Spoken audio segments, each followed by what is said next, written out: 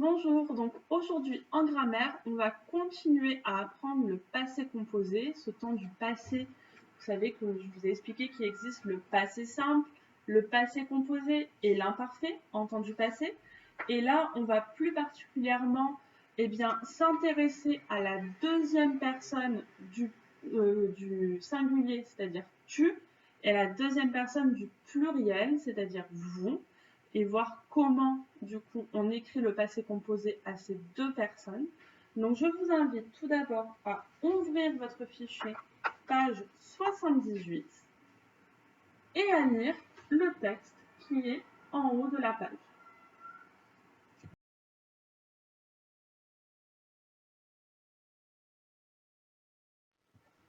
Donc, vous voyez que ce texte reprend l'histoire de Cosette, qu'on est en train de voir en lecture actuellement, et plus particulièrement le passage qu'on a vu cette semaine.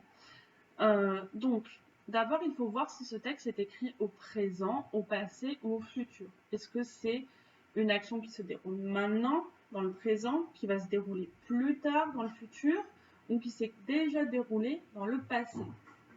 Eh bien, vous savez, je pense que vous avez reconnu le passé composé, qui est un temps du passé. Donc, du coup, vous savez que c'est un texte qui est écrit au passé.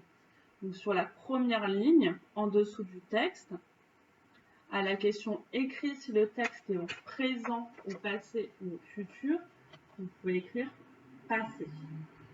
Là, on n'avait pas de petits mots pour nous aider, comme hier ou la semaine dernière ou l'année dernière, mais maintenant, vous êtes capable de reconnaître le passé composé parce que c'est un temps de conjugaison qui s'écrit en deux parties. Et c'est le seul temps que vous connaissez pour l'instant qui s'écrit en deux parties. Ensuite, il faut réfléchir à qui est désigné par vous. Vous savez que vous, normalement, c'est quand on parle à... c'est le pluriel de tu. Donc, c'est quand on parle à plusieurs personnes, mais qu'on ne s'inclut pas dedans. Par exemple, moi, je peux dire vous, les élèves de la classe. D'accord? Vous êtes plusieurs. Et je ne fais pas partie des élèves de la classe. Mais on a une deuxième façon d'utiliser vous. C'est quand on utilise ce qu'on appelle le vous de politesse. Par exemple, à un camarade, vous allez dire tu, mais à une personne que vous ne connaissez pas, vous n'allez pas la tutoyer. Vous n'allez pas lui dire tu tout de suite. Vous allez d'abord la vouvoyer et donc utiliser vous pour parler avec elle. Par exemple, moi, vos parents, je ne les tutoie pas. Je ne dis pas à vos mères, par exemple, tu vas bien. Je dis allez-vous bien, parce que je les vous vois. C'est un vous de politesse. Donc ici, on a affaire à un vous de politesse. La personne qui parle s'adresse à une seule personne, mais comme elle ne la connaît pas très bien ou elle a du respect pour elle, ça peut être une personne pour laquelle on a du respect, eh bien, elle la vous voit. Et cette personne à qui elle parle, eh bien, c'est Cosette, puisque le texte il commence par Cosette dans la rue, vous avez vu de belles boutiques. Donc là, le vous, il renvoie à Cosette. Quand on dit vous, on parle de Cosette. Donc la deuxième ligne en dessous du texte, écrit qui est désigné par vous, eh bien, vous pouvez écrire Cosette. D'accord? Ensuite, il faut repérer le verbe dans le texte, le verbe conjugué, pas l'infinitif, qui n'est pas composé de deux parties, mais d'une seule partie. C'est un des verbes qui est marqué en orange dans le texte. Donc, vous avez vu, il y a bien deux parties. Vous avez eu, il y a bien deux parties. Vous pensiez, là, il n'y a pas deux parties. Donc, je pense que c'est celui-là. C'est sur la ligne 2 et on va souligner pensiez. Comme ceci. On va vérifier que les autres verbes ont bien deux parties. Donc, vous avez plongé, avez plongé, on a bien les deux parties. Vous avez fait, deux parties. Vous avez avancé, Vous n'avez pas pu, si on enlève le ne pas de la négation, avez pu. Vous avez pleuré, Vous avez vu, et vous avez été, Voilà. Donc maintenant, vous allez vous entraîner dans votre tête à dire ce texte en remplaçant vous par tu. Donc on passe d'une personne qui ne connaît pas Cosette ou qui a du respect pour elle et qui donc là vous voit à maintenant, ça peut être une amie de Cosette ou quelqu'un qui la connaît bien et donc peut la tutoyer. Donc on va tout changer par tu. On va commencer par Cosette dans la rue, tu as vu de belles boutiques. Et vous devez faire tout ça à l'oral, soit dans votre tête, soit c'est encore mieux à voix haute, en utilisant tu à la place de vous. Je vous laisse faire et vous revenez après sur la vidéo.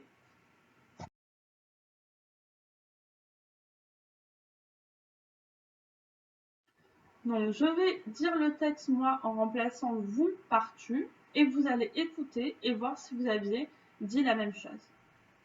Cosette, dans la rue, tu as vu de belles boutiques et dans l'une d'elles une magnifique poupée. Dans le bois, tu as eu très peur. Tu pensais voir des fantômes.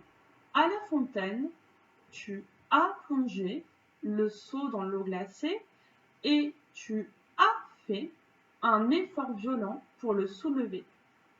Tu as avancé, mais tu n'as pas pu continuer à le porter. Alors, tu as pleuré. Là, tu as vu un homme et il vous a apporté de l'aide. Cosette, tu as été très courageuse. Alors, si on reprend notre explication du passé composé, vous rappelez que la première partie du passé composé, c'est en fait le verbe avoir conjugué au présent et on choisit la personne qui va avec le sujet. Donc si on se reprend la conjugaison du verbe avoir au présent, ça fait j'ai, tu as, il ou elle a, nous avons, vous avez et il ou elle ont. Ça, c'est le verbe avoir au présent. D'accord? Et donc, on est passé de vous. Donc, vous, c'est avez. As-tu, c'est a. as. D'accord? Je vais vous mettre les pronoms personnels devant. Donc, on est passé de vous avez. As-tu, a. Donc, en fait, on remplace avait par a. Attention, n'oubliez pas, c'est as. Et ensuite, on rajoute le participe passé qui, lui, ne change pas. Qu'on dise vous ou tu, eh bien, il s'écrit toujours de la même manière. Donc, je peux mettre pour toutes les personnes que le deuxième mot, c'est le participe passé. Et attention, c'est bien le verbe qu'on conjugue au passé composé, c'est bien celui qu'on retrouve dans le participe passé. Quand je dis vous avez vu, c'est pas le verbe avoir que je conjugue au passé composé. C'est le verbe dont le participe passé est vu. Donc en l'occurrence, c'est voir. Quand je dis vous avez plongé, ce n'est pas le verbe avoir que je conjugue au passé composé. C'est le verbe dont le participe passé est plongé. Donc le verbe plonger ER. D'accord? Donc, là maintenant, vous allez compléter la liste de mots avec les verbes du texte. Donc là, vous voyez, vous avez tous les mots. Là, dans les groupes, vous avez des mots à la deuxième personne du singulier avec tu, d'accord? Et vous allez devoir retrouver comment on écrit avec vous. À chaque fois, ce sont des mots, des groupes de mots qu'on a dans le texte, d'accord? Par exemple, pour tu as vu, c'est vous avez vu, d'accord? Et vous faites pareil pour tout cela.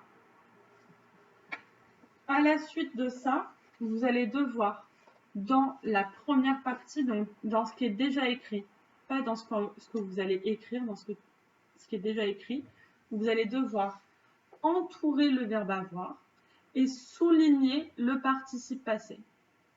Et ensuite, vous allez devoir écrire l'infinitif des verbes qui sont conjugués. Donc, on en a 6 de verbes qui sont conjugués, donc il faut écrire 6 infinitifs. Pourquoi on vous demande particulièrement cet exercice dans l'étude du passé composé? Eh bien justement, c'est pour connaître de plus en plus de participes passés de verbes. Vous vous rappelez qu'on a vu que pour ceux du premier groupe, c'était facile. Il suffisait de prendre l'infinitif, d'enlever le ER qui est à la fin et de le remplacer par E, E accent aigu. D'accord? Eh bien, là, on a vu déjà avant les vacances qu'il y avait des verbes où c'était plus compliqué. Là, on va voir si vous vous en rappelez de ces verbes parce que ce sont des verbes qu'on a déjà vus avant les vacances. Et donc, vous allez réussir à retrouver les infinitifs. Et ensuite, on se retrouve là pour la correction de cette partie.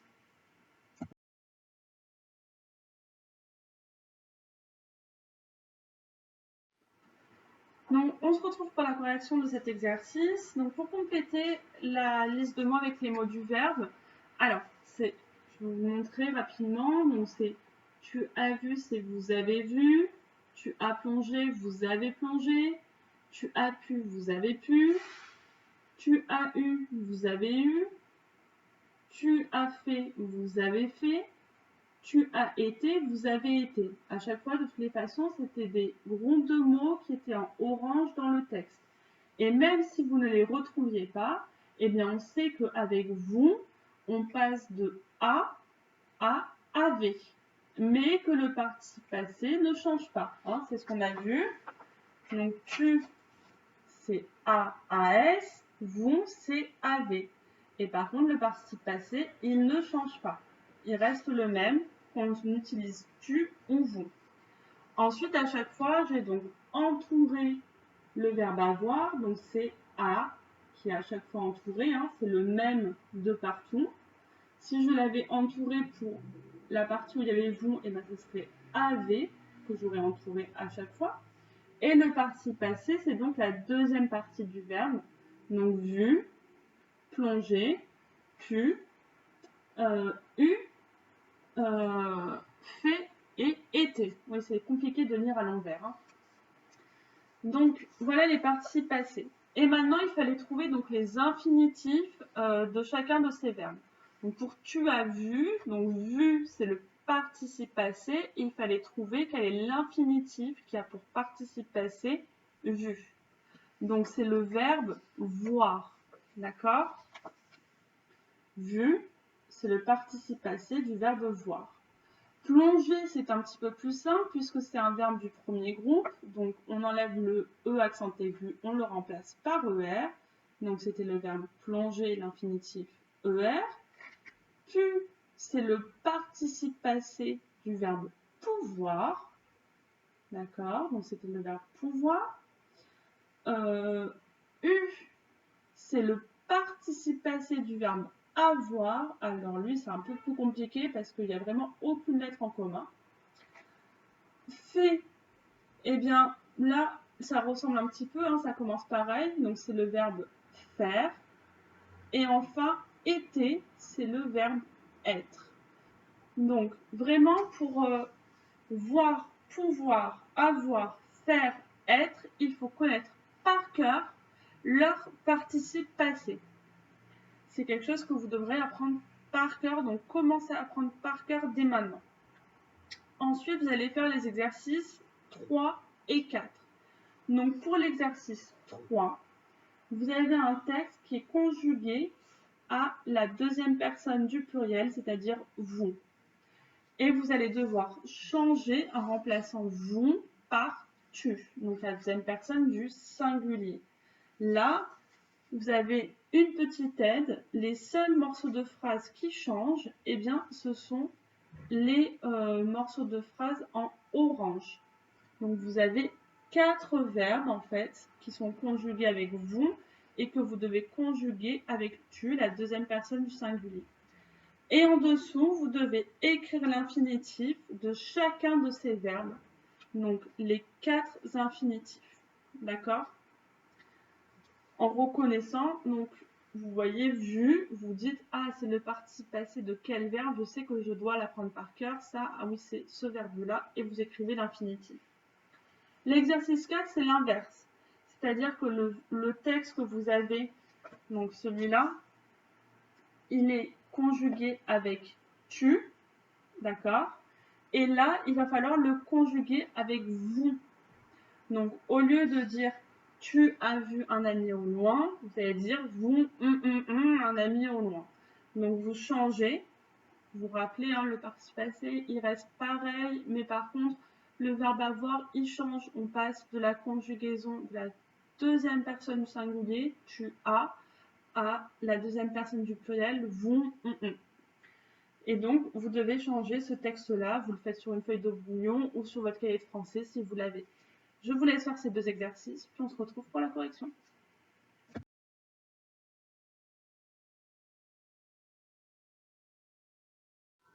Donc, on se retrouve pour la correction des exercices 3 et 4. Donc, pour l'exercice 3, il fallait changer uniquement ce qui était en orange. Et c'était à partir des exemples qu'on avait vus dans le texte et dans l'exercice qui était auparavant, dans l'exercice 1. Donc, je pense que vous avez plutôt réussi. Donc, vous avez vu, il fallait mettre tu as vu. Vous avez plongé, il fallait mettre tu as plongé. Vous avez été, il faut mettre tu as été. Et vous avez fait, il fallait mettre tu as fait. Rien ne changeait d'autre dans le texte. Et donc, le verbe, l'infinitif du verbe, donc, qui a comme participe passé vu, c'était voir. Plonger, c'était plonger ER, hein, on fait attention pour l'infinitif. Été, c'est le verbe être. Et fait, c'est le verbe faire. Donc, ça, c'était pour l'exercice 3. Pour l'exercice 4, en fait, il y avait seulement les verbes qui changeaient. Donc là, on passait de tu à vous. Donc le premier, c'était tu as vu. Donc il fallait mettre vous avez vu. Deuxième, tu as avancé vers lui. Il fallait mettre vous avez avancé vers lui. Ensuite, tu as fait. C'était vous avez fait de grands pas, mais tu n'as pas pu, vous n'avez pas pu le rattraper, alors tu as pleuré, vous avez pleuré. Donc, ce qu'il faut retenir de la leçon de grammaire aujourd'hui, c'est toujours la même chose concernant le participe, le passé composé. Hein, on commence à le voir maintenant au fil des semaines que c'est tout le temps la même chose. C'est qu'il faut accorder le verbe avoir avec le sujet. D'accord? Donc, il faut regarder le sujet, voir si c'est première personne singulier, deuxième personne du singulier, troisième personne du singulier, ou première, deuxième, troisième du pluriel, et donc accorder le verbe avoir en conséquence, et ensuite mettre le participe passé du verbe que l'on veut conjuguer, qui lui ne change pas selon les personnes, il reste tout le temps le même. Et on a vu plus particulièrement, on s'est remis en mémoire que pour tu, c'était tu as, AS, et après le participe passé, et pour vous, c'était vous avez, AVEZ, et le participe passé. Voilà pour la grammaire cette semaine. Et bien, je vous souhaite une bonne fin de semaine.